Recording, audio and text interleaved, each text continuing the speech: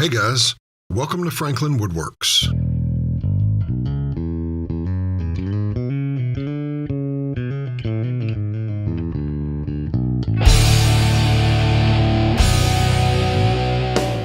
Want to improve the quality of vocal recordings? I'm going to make a semi-portable vocal booth. Semi-portable meaning that it's relatively small, but doesn't fold up like some of the commercial versions. You may think that the docile tones of my voice, reminiscent of the late Barry White, was something I was just born with.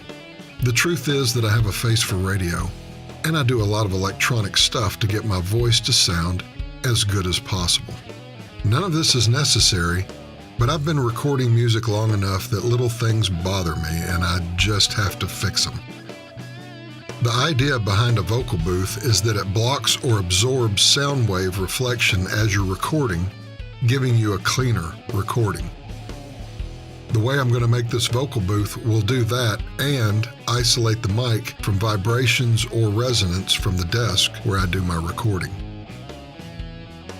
I'm using 1/2-inch plywood for the project, and after I cut rough lengths at the miter saw, I'll bring everything to final dimension on the table saw. Your dimension will vary based on the equipment you have, but mine is going to be a 1/2 cylinder, 23 inches tall, and with a radius of 10 inches.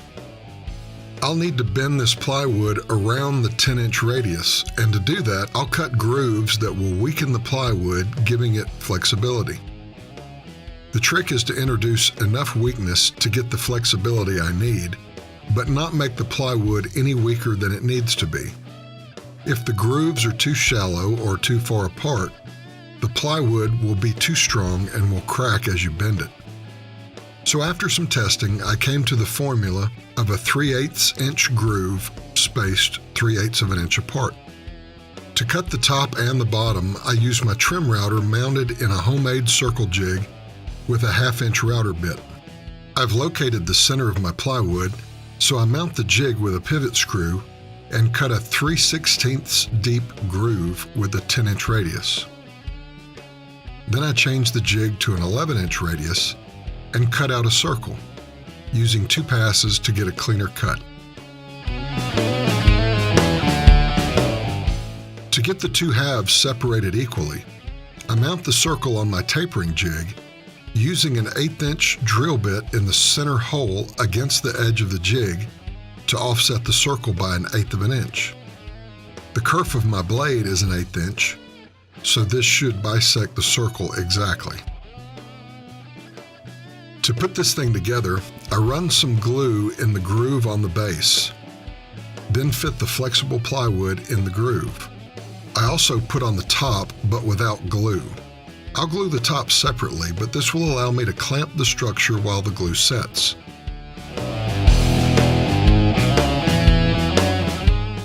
Turning the structure upside down and gluing the top separately keeps glue from running down and causing a mess.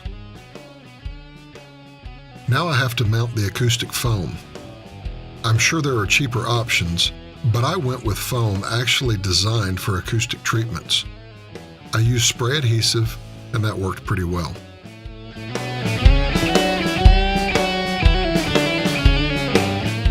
Then I drilled a hole in the back for the mic cable.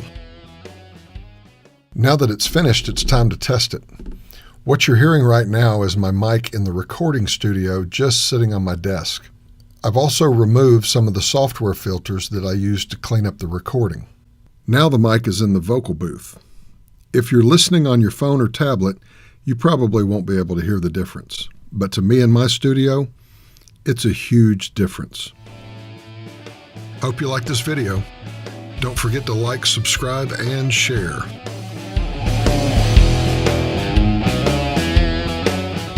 Thanks for watching. And there you go.